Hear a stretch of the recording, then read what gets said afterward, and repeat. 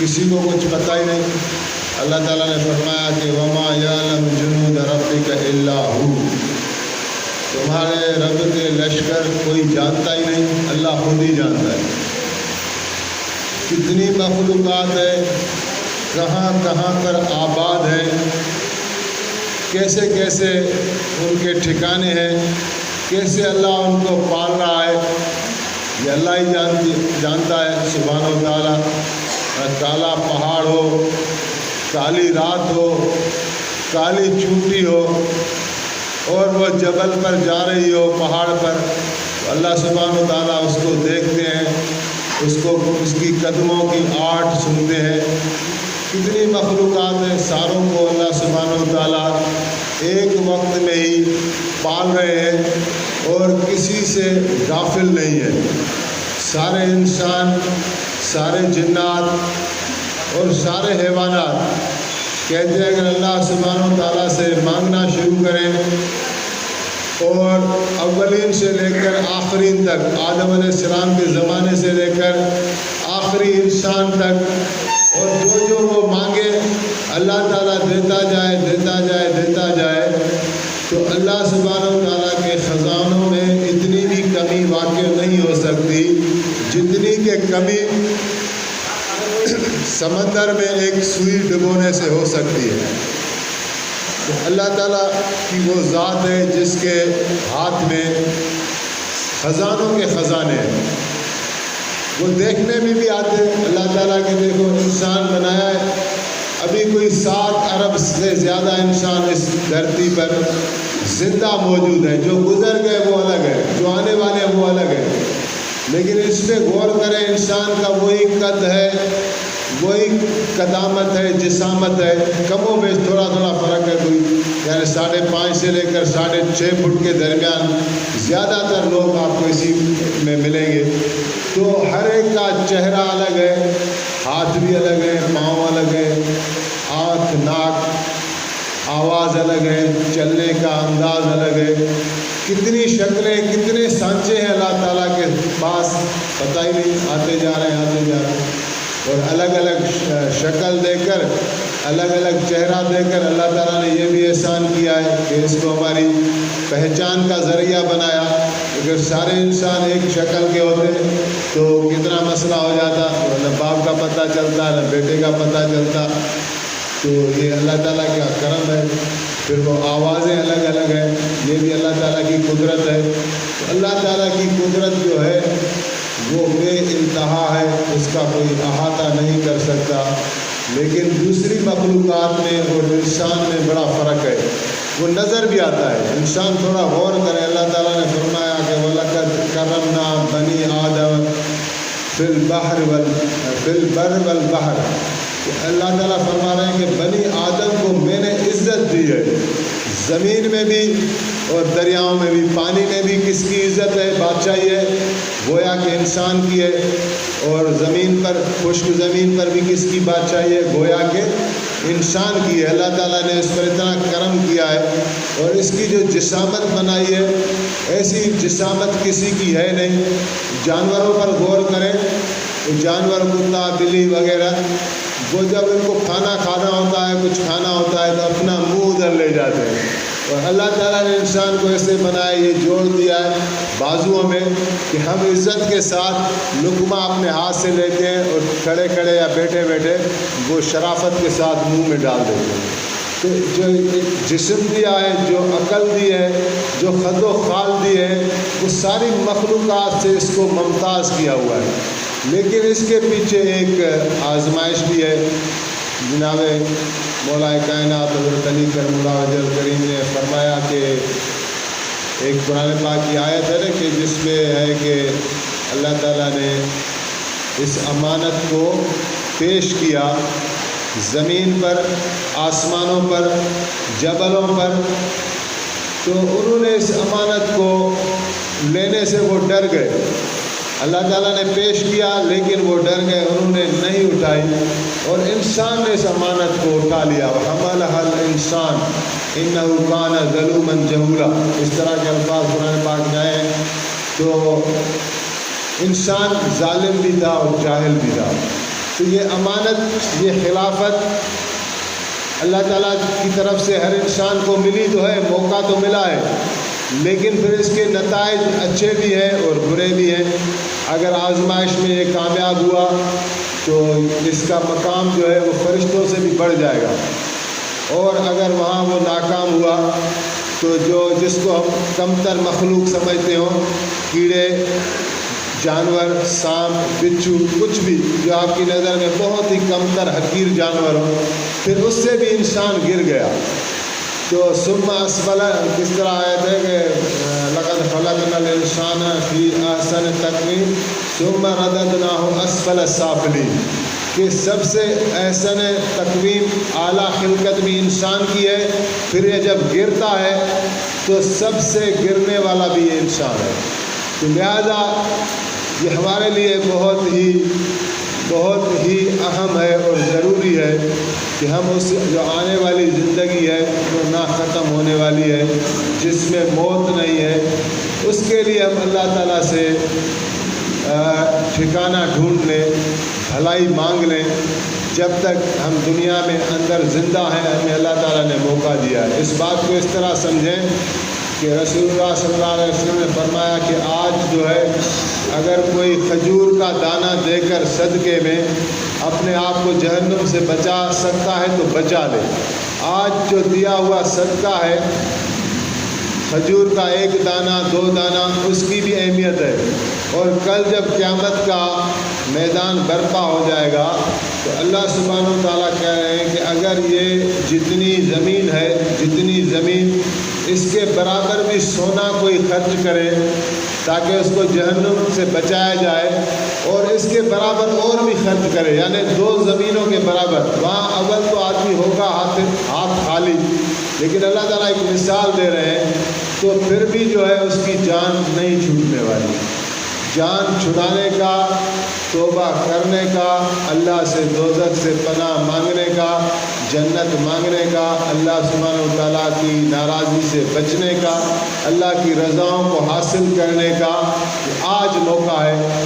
جب تک کہ ہمارے جسموں میں روح باقی ہے، جب تک ہماری سانسیں باقی ہیں، ہماری زندگی بحال ہے، تو زندگی کو نعمت سمجھ کر اور اللہ سبحانہ و تعالیٰ کی رضاؤں کے لیے خرچ کریں۔ ایک قدم تو اٹھائیں، کہ اگر ہمیں بالفرض ہمارے اندر 100 نافرمانی آئے تو ایک کو تو آج ختم کرنے کی کوشش کریں، اللہ سے مانگیں، آہستہ آہستہ اللہ تعالیٰ ہمیں ایک دن دکھائے گا کہ ہم گناہوں سے صاف ہو جائیں گے۔ اگر ہماری نیت ہے، کوشش ہے، اللہ تعالیٰ کی مدد آئے گی۔ ایک کہتے ہیں نا گناہ بے لذت۔ فرض کریں کوئی ٹھیکیدار ہے، کوئی پولیس آفیسر ہے، کوئی انجینئر ہے، جو آج ہمارا معاشرہ ہے، وہ تنخواہ میں اس کا گزر نہیں ہے، وہ رشوت لیتا ہے اور اس سے اس کا اچھا خاصا گزارا ہو رہا ہے۔ ابھی اگر اس کو ہم کہیں کہ بھائی رشوت چھوڑ دو تو اس کے لیے بڑا امتحان ہو جائے گا کہ بھائی رشوت میں کیسے چھوڑ دو۔ ایک آدمی کی تنخواہ ہے مثال کے طور پر 1 لاکھ روپیہ، اور اس کا بچہ پڑھ رہا ہے کیڈٹ کالج میں، اس کی فیس ہی خالی 1.5 لاکھ ہے، تو وہ 1 لاکھ تنخواہ والا ہے، 1.5 لاکھ تو خالی ایک بچے کی فیس دے رہا ہے۔ 4 بچے اس کے اور بھی ہیں، گھر بھی ہے، گاڑیاں بھی ہیں مثال کے طور پر۔ تو اگر اس کو یہ کہا جائے تو وہ تھوڑا گھبرا جائے گا، پھر لوگ کیا ہے کہ نصیحت سے بھاگتے ہیں، سننا ہی نہیں چاہتے ایسی باتیں جس پر عمل کرنا نہیں ہے، تو سننے کا فائدہ کیا ہے؟ اس کو نصیحت جب کی باتیں کی جاتی ہیں تو ان کا جی چاہتا ہے کہ یہاں سے چلے جائیں۔ اور بعض تو ایسا ہوتا بھی ہے مجالس میں، ہم نے محسوس کیا ہوا ہے کہ جیسے ایسے موضوع نکلے تو ایک دوست مجھے کہہ رہا تھا کہ آپ کی جو باتیں کر رہے ہیں وہ تو میرے اندر اتر رہی، دل میں آپ ابھی بس ہو جائے، ایسے نہیں کہ مجھے بھی پھر مولوی بننا پڑے، آپ کی طرح داڑھی رکھنا پڑے۔ تو الحمدللہ آج اس کو داڑھی ہے۔ تو بہرحال یہ یعنی انسان کی فطرت ہے۔ تو چلو میں یہ کہہ رہا ہوں کہ اگر ہم بڑے گناہ جس پہ ہم بہت سارے انوالو ہو گئے وہ ایک دم نہیں چھوڑ سکتے، چھوٹے چھوٹے گناہ، مثال کے طور پر سونے کی انگوٹھی پہنی ہوئی ہے، یہ چین پہنی ہوئی ہے، ان کو کہتے ہیں گناہ بے لذت۔ اللہ نے سونا پہننا مرد پر حرام کیا ہوا ہے، خواہ پہنے ہوئے گناہ اپنے اوپر گناہ ڈال رہے ہیں۔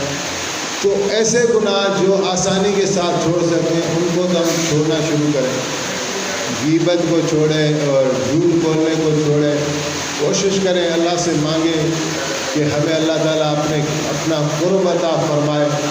آقا علیہ السلام کی ایک حدیث ہے، آپ فرما رہے ہیں کہ اللہ تعالیٰ کی عطا، ایک بہترین عطاؤں میں سے ایک عطا یہ ہے کہ بندے کو 2 رکعت نماز پڑھنے کی توفیق مل جائے۔ یہ کہاں سے ہوتا ہے؟ اللہ سبحانہ و تعالیٰ سے ہوتا ہے۔ ہم سمجھتے ہیں کہ شاید میں نماز نہیں پڑھ رہا، میں مسجد میں نہیں جا رہا، یہ پتہ نہیں ہے کہ تمہیں بلایا ہی نہیں جا رہا، تمہارے کرتوت ایسے ہو گئے ہیں، تمہاری سیاکاریاں ایسی ہو گئی ہیں کہ اللہ سبحانہ و تعالیٰ تمہیں گھر میں دیکھنا ہی نہیں چاہتا آپ نے، اور ہم سمجھتے ہیں کہ ہم نہیں جا رہے۔ تو ابھی بھی موقع ہے، اللہ تعالیٰ بہت غفور و رحیم ہے کہ ہم اس کی طرف پلٹیں۔ جناب نبی کریم رؤوف الرحیم صلی اللہ تعالیٰ علیہ وآلہ وسلم کی مبارک ذات پر درود و سلام اور صلاۃ۔ آقا کریم علیہ السلام کو اللہ تعالیٰ نے سید المرسلین بنایا، رحمت للعالمین بنایا، شفیع المذنبین بنایا، عجیب عجیب خطابوں سے نوازا۔ کافروں نے کہا کہ حضور کے بیٹے نہیں بچتے تھے۔ حضور صلی اللہ علیہ وآلہ وسلم کا جو کنیت ہے وہ ابو القاسم ہے۔ حضرت قاسم حضور صلی اللہ علیہ وآلہ وسلم کے بڑے صاحبزادے تھے، بی بی خدیجۃ الکبریٰ سے تھے، لیکن وہ بچپن میں ہی اللہ تعالیٰ نے بلا لیا۔ دوسرا بچہ بیٹا پیدا ہوا، اس کو بھی اللہ تعالیٰ نے بلا لیا۔ تو کافروں نے کہا کہ یہ ابتر ہے، نعوذ باللہ، یعنی بے اولاد ہے۔ تو اللہ تعالیٰ نے اس کا جواب دیا، حبیب کریم کو تسلی دی کہ انا اعطیناک الکوثر فصلی لربک وانحر ان شانئک هو الابتر، کہ میرے حبیب ہم نے تو آپ کو کوثر عطا کیا ہے، اور آپ نماز پڑھیں اور قربانی کریں، اور آپ کا جو دشمن ہوگا وہ بے اولاد ہوگا، وہ بے نام ہوگا، اس کی نہ دنیا بنے گی نہ آخرت بنے گی۔ آپ کو تو اللہ تعالیٰ نے بڑی عزتوں سے نوازا ہے، بڑے شان سے نوازا ہے۔ آقا کریم علیہ السلام کو 4 بیٹیاں تھیں، 3 بیٹے تھے، بیٹے سارے کے سارے بچپن میں فوت ہو گئے، ساری کی ساری اولاد آپ کو جناب بی بی خدیجۃ الکبریٰ میں تھی رضی اللہ عنہا، جو آپ سے بے لوث محبت کرتی تھی، اپنا تن من دھن سارا حضور کی خدمت میں لگایا کہ حضور علیہ السلام پر کوئی پریشانی نہ آئے، اور اس سے بھی بڑھ کر یہ بات کہ ان کو ہمیشہ فکر رہی کہ حضور کا یہ تحریک کامیاب ہو جائے، اور نبی علیہ السلام کو حوصلہ دینے والی اور بہت شفقت اور محبت کرنے والی جناب خدیجۃ الکبریٰ رضی اللہ عنہا سے ساری کی ساری آپ کو اولاد ہوئی، اور ان کی موجودگی میں آپ نے کبھی شادی کرنے کا سوچا بھی نہیں کہ میں دوسری شادی کروں، حالانکہ وہ آپ سے 15 سال بڑی تھی۔ ایک مرتبہ جب آپ مدینے والی زندگی میں بیٹھے ہوئے تھے اپنے گھر میں بی بی عائشہ کے ساتھ رضی اللہ عنہ، تو حضرت خدیجہ کی بہن تھی، بی بی حالہ نام تھا رضی اللہ عنہ،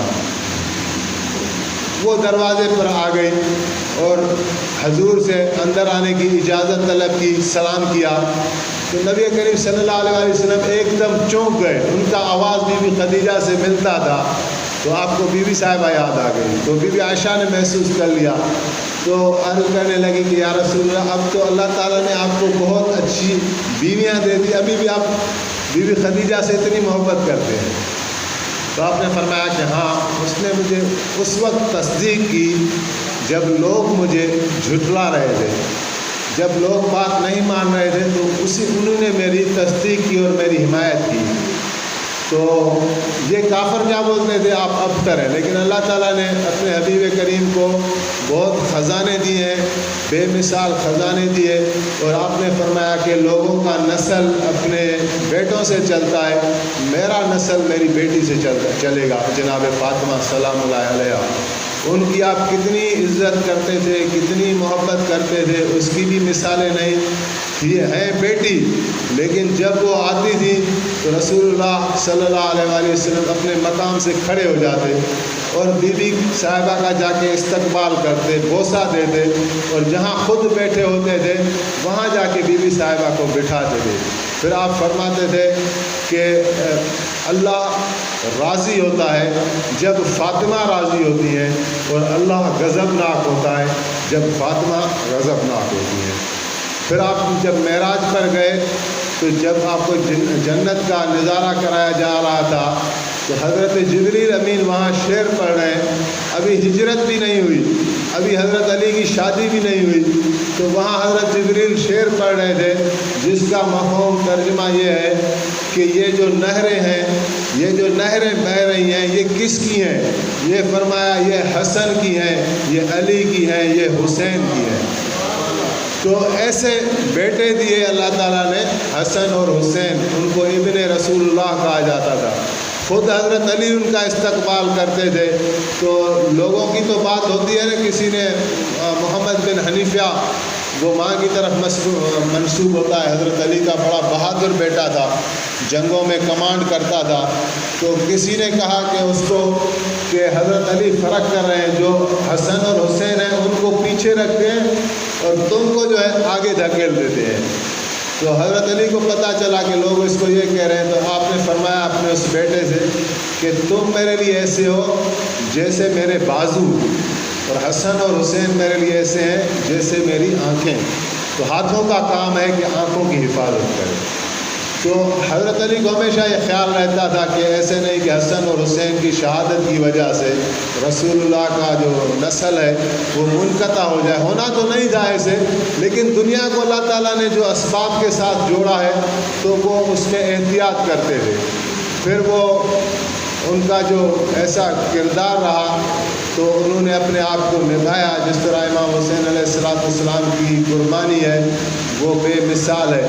جب دیکھیں احادیث میں آتا ہے کہ جب لوگ خالی بیٹھ کر، ان کی اور کوئی نسبت نہیں ہے، نہ کوئی رشتہ داری ہے فرض کریں، نہ کوئی علاقہ ملتا ہے، نہ زبان ملتی ہے، خالی اللہ کے ذکر کے واسطے جمع ہو جاتے ہیں اور اللہ کی یاد کرتے ہیں، تو ایسی مجالس کو فرشتے گھیر لیتے ہیں. اور فرشتوں کا جو تانبا ہے وہ آسمان تک چلا جاتا ہے. ایسی مجلسوں کو فرشتے ڈھونڈتے ہیں، جہاں ملتی ہیں تو وہاں اتنے فرشتے جمع ہو جاتے ہیں، اور اللہ رب العزت ایسی جماعت کو آسمانوں میں فرشتوں کے یہاں بطور فخر، بطور تفاخر پیش کرتے ہیں کہ یہ دیکھو میرے بندے میرا ذکر کر رہے ہیں. تو جو ذکر کرتے ہو اللہ تعالیٰ ان کو فخر کے ساتھ پیش کرتا ہو.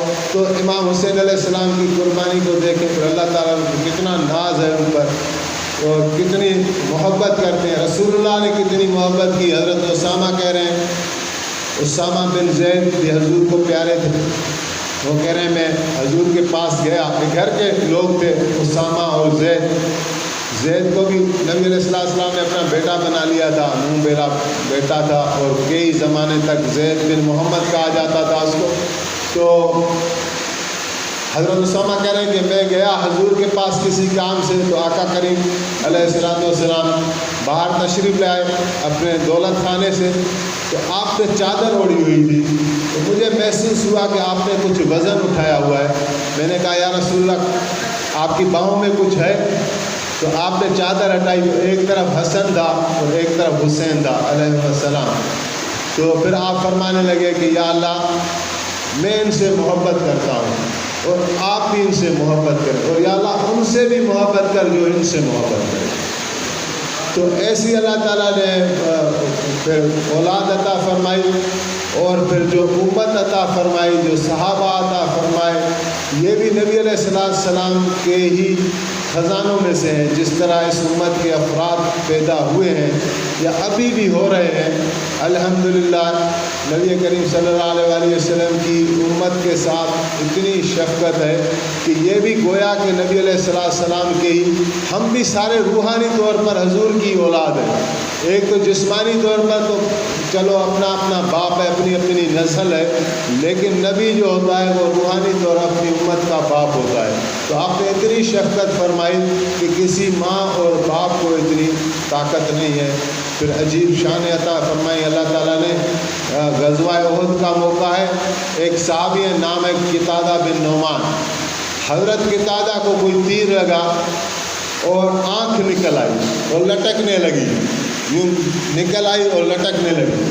وہ بھاگتا آیا رسول اللہ کے پاس کہ یا رسول اللہ یہ دیکھیں میرا ہاتھ، میری بیوی مجھ سے بہت محبت کرتی ہے، میں اس سے بہت محبت کرتا ہوں، میرے آنکھ نہ رہے تو ہو سکتا ہے اس کا دل میرے سے خراب ہو، آپ کرم فرمائیں۔ تو آپ علیہ السلام نے اسی آنکھ کو اپنے مبارک ہاتھ سے اس کے چشم خانے میں رکھ کر یوں ہاتھ پھیر دیا، تو وہ فرماتے ہیں کہ وہ آنکھ جو ہے اس سے زیادہ، پہلے سے زیادہ خوبصورت ہو گئی، پہلے سے زیادہ نظر والی ہو گئی۔ جب میں بوڑھا ہو گیا تو ایک آنکھ کی تو نظر کم ہوئی، لیکن جو آنکھ نبی کریم صلی اللہ علیہ وسلم نے اپنے مبارک ہاتھوں سے میرے چشمے خانے میں رکھی، اس کی نگاہ کبھی کم نہیں ہوئی۔ کتنے واقعات ہیں، اللہ تعالیٰ نے کیسی کیسی شان عطا فرمائی۔ لیکن بہرحال جس طرح پھر مراحل سے آپ کو گزارا گیا وہ بڑا تکلیف دہ ہے، اس میں بھی ہمارے لیے، آپ کے لیے ایک مثالیں ہیں۔ چھوٹی چھوٹی مسائل پر ہم پریشان ہو جاتے ہیں، گھبرا جاتے ہیں۔ اللہ کے رسول صلی اللہ علیہ وسلم کو کیسے مراحل سے گزارا۔ پہلے تو آپ یتیم پیدا ہوئے، باپ کو نہیں دیکھا، 6 سال کو ہوئے تو والدہ آپ کے لیے ساری کائنات تھی، اللہ تعالیٰ نے اس کو بھی اٹھا لیا۔ پھر جناب عبد المطلب نے آپ کو پالا 2 سال، مزید آپ کی عمر 8 سال تھی تو حضرت عبد المطلب کا بھی انتقال ہوا۔ وہ حضور سے بے انتہا محبت کرتے تھے اور حضور بھی ان سے بے انتہا محبت کرتے تھے، اور حضور کا نام مبارک محمد صلی اللہ علیہ وسلم انہوں نے رکھا تھا۔ ان کو یہ شرف حاصل ہے کہ محمد علیہ السلام نام انہوں نے رکھا تھا، جو اس سے پہلے کسی کا نام نہیں تھا۔ جب حضرت عبد المطلب کا جنازہ اٹھا تو نبی علیہ السلام کی جو دائی سمجھ لیں، جو گھر کی نوکرانی تھی، ایمن حضرت عبداللہ کی کنیزہ تھی، لیکن آپ ان کا بھی استقبال کرتے تھے۔ ایمن کا آپ فرماتے تھے امی بعد امی، یہ میری ماں ہے، میری ماں کے بعد یہ میری ماں ہے۔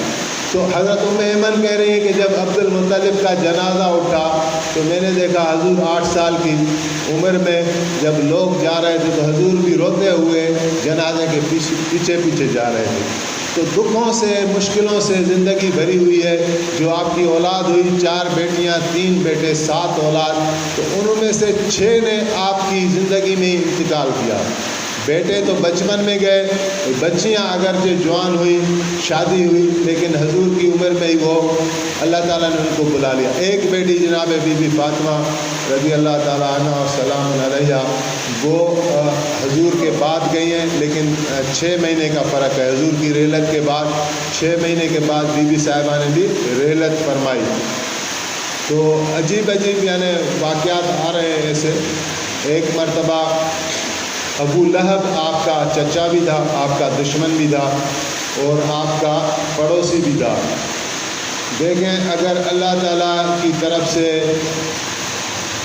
کسی کو سعادت ملے تو بڑی بات ہے، اور اگر کوئی بدبختی کا شکار ہو تو پھر اس کو کوئی چیز کام نہیں آتی، نہ عقل، نہ مال، نہ دولت، نہ اولاد، نہ حسب، نہ نسب۔ لوگ کہتے ہیں فلانے خاندان سے ہوں، میں فلانے خاندان سے ہوں، فخر کرتے ہیں۔ حضرت علی نے فرمایا جس کو حسب پیچھے کر دے اس کو نسب آگے نہیں کر سکتا۔ نسب کہتے ہیں جہاں سے میں آیا ہوں، اور حسب کہتے ہیں اپنی ذات کو۔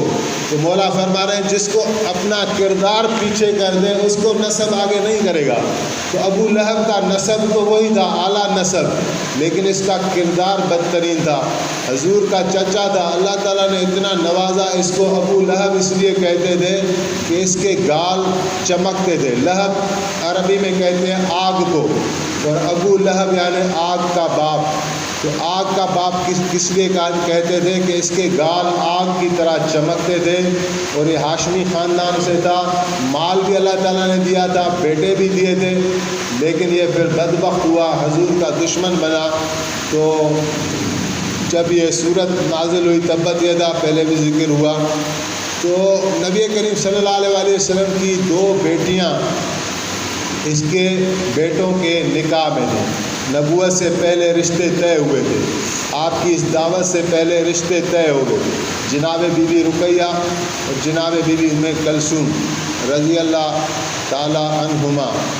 تو ابھی شادی نہیں ہوئی تھی لیکن نکاح ہو چکے تھے۔ تو ابو لہب نے اپنے بیٹوں کو کہا کہ اگر تم میرے بیٹے ہو تو حضور کی بیٹیوں کو طلاق دے دو۔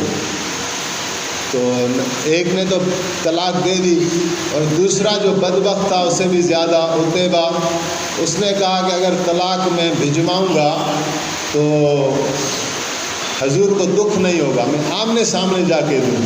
تو نبی علیہ السلام خانہ کعبہ میں تھے، تو وہاں وہ بدبخت گیا اور حضور صلی اللہ علیہ وسلم سے گستاخی کی، آپ کا گریبان چاک کیا، اور آپ کو کہا کہ میں آپ کی بیٹیوں کو طلاق دیتا ہوں، آپ کی بیٹی کو طلاق دیتا ہوں، اور حضور سے گستاخی سے پیش آیا۔ تو آقا کریم علیہ السلام جو ہے وہ اولاد کا دکھ بڑا ہوتا ہے، تو آپ کی زبان مبارک سے نکل گئے، عام طور آپ کا یہ طریقہ نہیں تھا، تو آپ نے فرمایا کہ میں اپنے اللہ کو کہتا ہوں کہ اپنے کتوں میں سے کوئی کتا تم پر مسلط کر دے۔ بس یہ الفاظ آپ نے کہے، اور یہ ابو لہب کو پتہ چلا اب ہے کافر دشمن، تو وہ چلاتا ہوا ہر ایک کے پاس جا رہا ہے کہ محمد علیہ السلام نے میرے بیٹے کو ایسا کہہ دیا ہے، اس کی دعا تو واپس ہوگی نہیں، ابھی ہمارا خیر نہیں ہے، اور ابھی کیا کیا جائے۔ بس چند دن گزرے تھے کہ یہ قافلہ جا رہا تھا تجارت میں، اس میں ابو لہب بھی تھا اور وہ بیٹا بھی عتیبہ ملعون وہ بھی تھا۔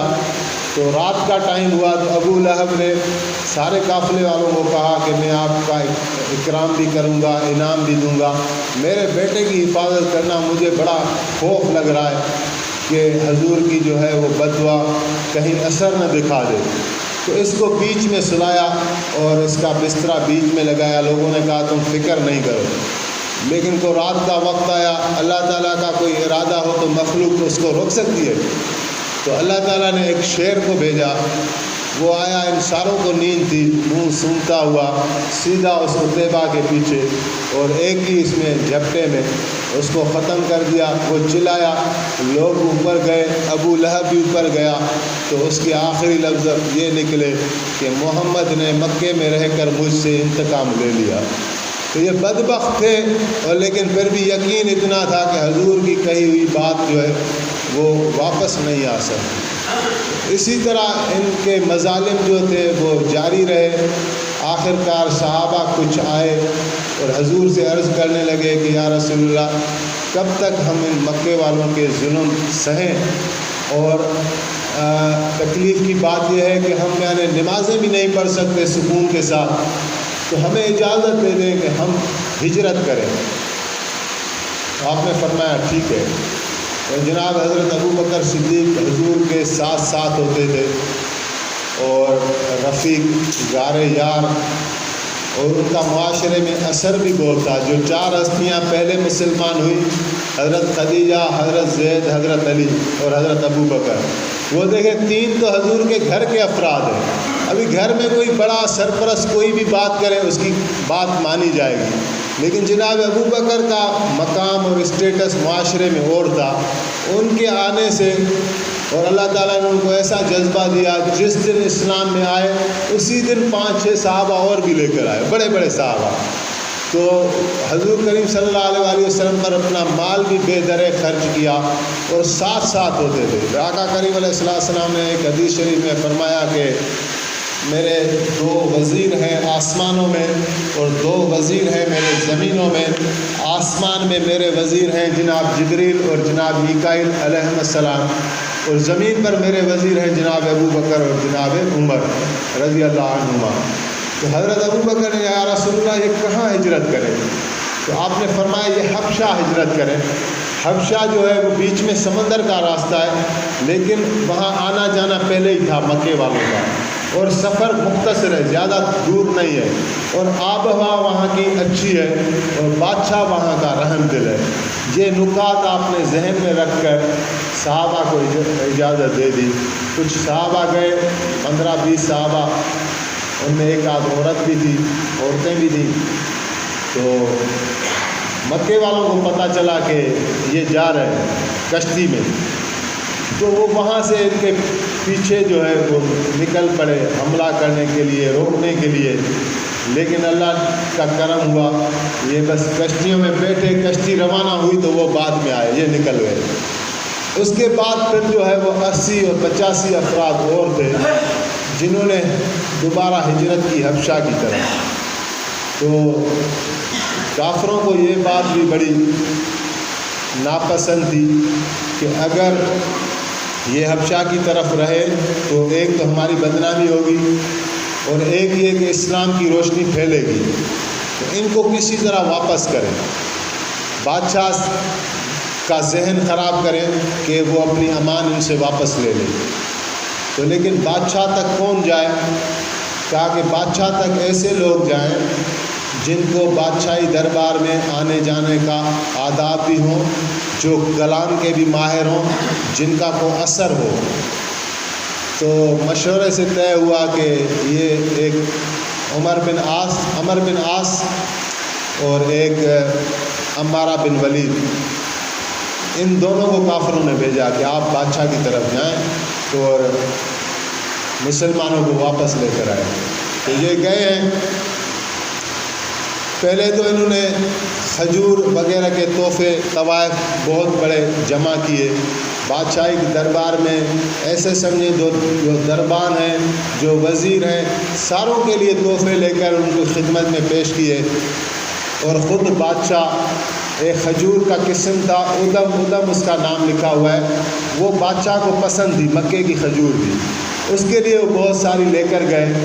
بادشاہ کی دربار میں گئے، نجاشی بادشاہ تھا، تو بادشاہ نے مہمانوں کا اکرام کیا، عزت کی، اور آخر میں فرمایا اگر میرے لیے کوئی کام ہے تو مجھے بتاؤ۔ تو انہوں نے کہا کہ ہم کام سے ہی آئے ہیں، اور کام یہ ہے کہ ہمارے کچھ بھائی ہیں جو ہم سے بدظن ہو کر حبشہ کی طرف آ گئے، تو ہم چاہتے ہیں وہ ہمیں آپ واپس کریں، ہم ان کو لے جائیں۔ تو بادشاہ نے کہا کہ وہ کیوں آئے ہیں، بدظن ہونے کا کیا سبب ہے؟ تو پھر ان کو بتانا پڑا۔ وہ کہہ رہے ہیں کہ ہمارے یہاں ایک شخص پیدا ہوا ہے اور وہ ایسی نبوت کا دعویٰ کر رہا ہے، اور اس کے کہنے میں یہ لوگ آ گئے ہیں۔ تو بادشاہ خود دیندار تھا، خدا پرست تھا، تو بادشاہ کہنے لگا یار بات یہ ہے کہ میں ایسے تو فیصلہ یہ نہیں کر سکتا، میں ان کو بلاؤں، آپ بھی موجود ہوں، میں ان کا موقف سنوں، دیکھوں وہ کیا بات کر رہے ہیں، اگر مجھے پھر بات سمجھ میں آ گئی تو میں تمہیں حوالے کر دوں گا۔ تو بادشاہ نے پیغام بھیجا مہاجرین کو، جو حبشہ کے مہاجرین تھے، ابھی وہ بڑی ہجرت نہیں ہوئی، یہ 5 نبوی کا واقعہ ہے، جب حضور کریم صلی اللہ علیہ وآلہ وسلم کی نبوت کو 5 سال گزرے تھے۔ آپ کا ٹوٹل نبوت والا پیریڈ جو ہے 23 سالہ ہے۔ تو نجاشی بادشاہ کا جب میسج گیا مہاجرین کو، تو مہاجرین بیچارے پہلے مکے والے لوگوں کے ستائے ہوئے، ظلم اٹھائے ہوئے یہاں آئے تھے امن کے لیے، سکون کے لیے، اور بادشاہ نے بلا لیا تو ایک پریشانی کی لہر ساروں میں دوڑ گئی۔ آخر انہوں نے مشورہ کیا کہ بادشاہ نے طلب کیا ہے تو جانا تو ہوگا، لیکن کلام کون کرے گا؟ متکلم ایک شخص ہو۔ تو مشورے سے طے ہوا کہ کلام جو ہے ہماری طرف سے امیر حضرت جعفر تیار ہوں گے، حضور کے چچا زاد بھائی۔ تو اسی طرح مہاجرین جو ہے وہ بادشاہ کی دربار میں پہنچے تو وہاں رواج تھا کہ جو بھی بادشاہ کی دربار میں آتا تھا تو ایک تعظیم کا سجدہ، یعنی رکوع جتنا اس کو جھکنا پڑتا تھا، آداب تھا، ادب تھا ایک بادشاہ کی دربار کا، آج تک ہے۔ تو لیکن مہاجرین جیسے آئے مسلمان تو انہوں نے وہ تعظیم کا سجدہ نہیں کیا، جھکے نہیں، سیدھے کھڑے ہو گئے۔ تو قریش کو موقع مل گیا، انہوں نے بادشاہ کو کہا کہ بادشاہ سلامت، یہ دیکھیں یہ ہیں یہ لوگ، ان کو تو بادشاہی ادب کا پتہ نہیں، دربار کے ادب کا پتہ نہیں۔ تو حضرت جعفر نے کلام فرمایا کہ بادشاہ سلامت، ہمیں جو ہے رسول اللہ نے منع فرمایا، غیر اللہ کے سامنے جھکنے سے منع کیا ہوا ہے، لہذا ہم کسی بادشاہ کو، کسی مخلوق کو سجدہ نہیں کریں گے، نہ ہم نے کیا نہ کسی صورت میں کریں گے۔ تو بادشاہ نے کہا یہ سچ کہتا ہے۔ تو آگے جو ہے وہ بادشاہ نے کہا نجاشی نے کہ یہ لوگ آپ جانتے ہیں قریشی آپ کے اپنے ہیں، یہ آپ کو لینے آئے ہیں، تو اگر میں آپ کو ان کے حوالے کر دوں تو حضرت جعفر نے کہا کہ بادشاہ سلامت، آپ ان سے پوچھیں کہ یہ ہمیں کیوں لینے آئے ہیں، کیا ہم نے ان کا کوئی قتل کیا ہے، کوئی ڈاکہ ڈالا، کوئی لوٹ مار کر کے ہم بھاگ آئے ہیں، کوئی دنگا فساد کیا ہے، کس لیے ہمارے پیچھے آئے ہیں؟ تو عمر بن عاص نے کہا کہ نہیں بادشاہ سلامت، انہوں نے کوئی قتل نہیں کیا، کوئی جرم نہیں کیا، کوئی ایسی بات نہیں ہے، بس بات مختصر یہ ہے کہ یہ ہمارے بھائی ہیں، یہ ہمارے دین سے بے دین ہو گئے، جس سے ہماری جو قوت ہے قوم کی وہ ٹوٹ رہی ہے، ہم چاہتے ہیں کہ ہم ایک دین پر ہوں تاکہ ہمارے ہاتھ مضبوط ہوں۔ تو حضرت جعفر نے کہا کہ بادشاہ سلامت، اصل بات یہ ہے کہ یہ کس دین کی بات کر رہا ہے، ان کے دین میں بت پرستی ہے، شرک ہے، ان کے معاشرے میں زنا، جوا، شراب، ہر قسم کی برائی میں یہ معاشرہ گھرا ہوا تھا، انسانیت گری ہوئی تھی، سسک رہی تھی، جہالت ظلمت اپنی انتہا پر تھی۔ ایسے میں اللہ تعالیٰ نے ایک اعلیٰ نسب سے حضرت محمد صلی اللہ علیہ وآلہ وسلم کو مبعوث فرمایا، جو خود بھی نیک ہے اور نیکی کا حکم کرتا ہے، جو اللہ کا نبی آخر الزمان ہے، جس پر اللہ سبحانہ و تعالیٰ کا کلام نازل ہو رہا ہے۔ تو بادشاہ نے کہا کیا کلام ہے، کیا کچھ تجھے یاد ہے تو بتاؤ۔ تو حضرت جعفر نے، کیونکہ وہ عیسائی تھے لوگ، موقع کی مناسبت سے سورۃ مریم کی تلاوت شروع کی، اور جب یہاں تک پہنچے کہ فکلی واشربی وقرری عینا، یہ جناب بی بی مریم سلام اللہ علیہا کو خطاب ہے، اس وقت جب عیسیٰ علیہ السلام کی ولادت ہو رہی تھی، کھجور کا تنا خشک اس پر ٹیک لگائی ہوئی تھی، تو اللہ تعالیٰ نے اس خشک کھجور سے، خشک کھجور کے تنے سے تازہ کھجوریں پیدا کر دیں، اور زمین سے پانی کا چشمہ پھوٹا تاکہ بی بی مریم کھا سکیں، پانی پی سکیں۔ تو اللہ تعالیٰ نے ان کو اس وقت کا خطاب کیا کہ فکلی واشربی، کھاؤ اور پیو اور اپنی آنکھوں کو ٹھنڈا کرو۔ تو نجاشی بادشاہ ضبط نہیں کر سکا، وہ رونے لگا، اور جو علماء تھے مصرانی عیسائی وہ بھی رونے لگے۔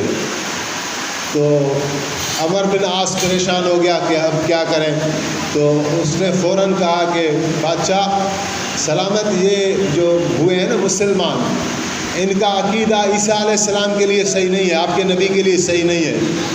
تو بادشاہ پھر متوجہ ہوئے حضرت جعفر کی طرف اور پوچھنے لگے کہ آپ یہ بتائیں کہ آپ کا نبی ہمارے نبی کے لیے کیا کہتے ہیں۔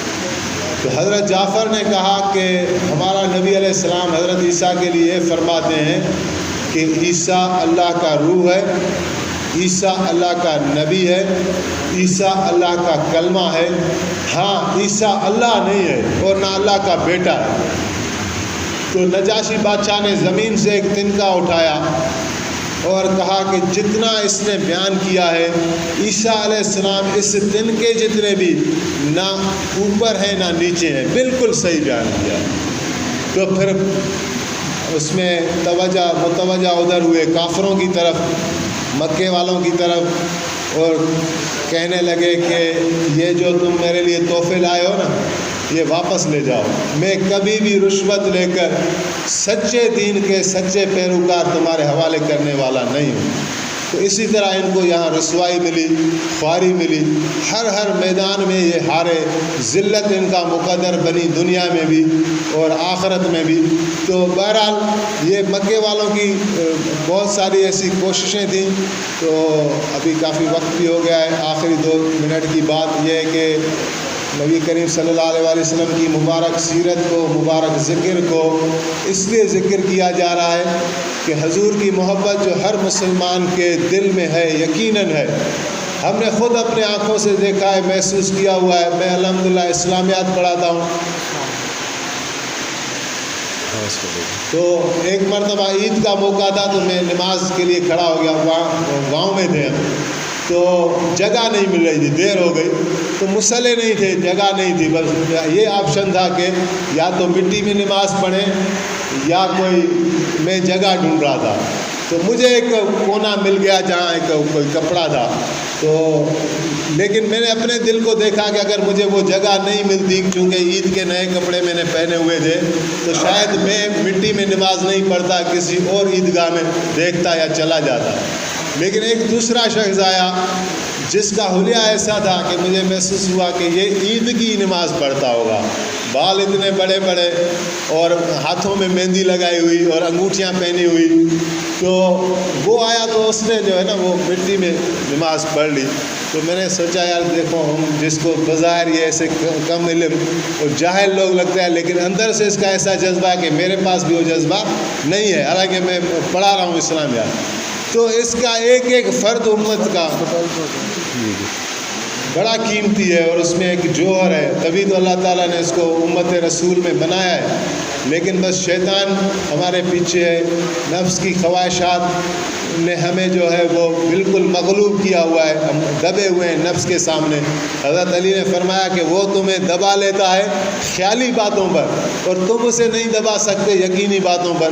جو یقینی باتیں ہیں وہ ہمارے سامنے ہیں، لیکن پھر بھی ہم نفس کی مانتے ہیں اور اللہ کے رسول کے احکام سے ہم کنارہ کش رہتے ہیں۔ تو اس کی تھوڑی کوشش کی جائے، خاص طور پر نماز کی کوشش کی جائے۔ اگر 5 وقت نہیں تو 1 وقت سے آغاز کیا جائے۔ 1 وقت کی آخری حدیث، 1 وقت کی فضیلت یہ ہے کہ حضرت ابو امامہ رضی اللہ عنہ ایک صحابی ہیں، اس کے پاس ایک تابعی بڑا سفر کر کے پہنچے اور کہنے لگے کہ حضرت آپ کی طرف سے مجھے ایک حدیث پہنچی ہے، حدیث پہنچ گئی ہے، لیکن میں سند لینے آیا ہوں، تصدیق لینے آیا ہوں کہ لوگ کہتے ہیں کہ حضرت ابو امامہ یہ حدیث بتاتے ہیں، تو کیا واقعی آپ یہ حدیث بتاتے ہیں؟ تو حضرت ابو امامہ نے فرمایا کہ حدیث بتاؤ، کون سی حدیث ہے؟ تو وہ عرض کرنے لگے کہ حدیث یہ آپ بتاتے ہیں، میں نے سنا ہے کہ جو شخص دن رات میں سے کوئی ایک نماز فرض والی اس طرح پڑھے کہ اس میں وضو بھی صحیح کیا ہو، قیام رکوع سجدے ٹھیک کیے ہوں، تو اللہ تعالیٰ اس ایک نماز کے بدلے جو اس نے سارے دن گناہ کیے اپنی ہاتھوں سے، زبان سے، آنکھوں سے، کانوں سے، جو اس کے دل و دماغ میں جمع ہوئے، اللہ تعالیٰ اس ایک نماز کے بدلے معاف کر دیتے ہیں۔ تو حضرت ابو امامہ نے فرمایا کہ یہ مضمون میں نے رسول اللہ صلی اللہ علیہ وسلم سے 1 مرتبہ نہیں، کئی مرتبہ سنا ہے۔ تو جب 1 نماز کی یہ فضیلت ہے تو 5 نمازوں کی کیسی فضیلت ہوگی؟ تو اللہ تعالیٰ سے دعا ہے کہ ہمیں جو ہے ہماری ایسی زندگی ہو جو اعمال سے بھری ہو، جو سنتوں سے بھری ہو، جو ہم نمازوں کی حفاظت کرنے والے بنیں، ہم اچھے اخلاق اور آداب والے بنیں، جب قیامت میں ہم اٹھیں تو ہمارا چہرہ جو ہے وہ چاند کی طرح چمکتا ہوا ہو۔ وآخر دعوانا ان الحمد للہ رب العالمین۔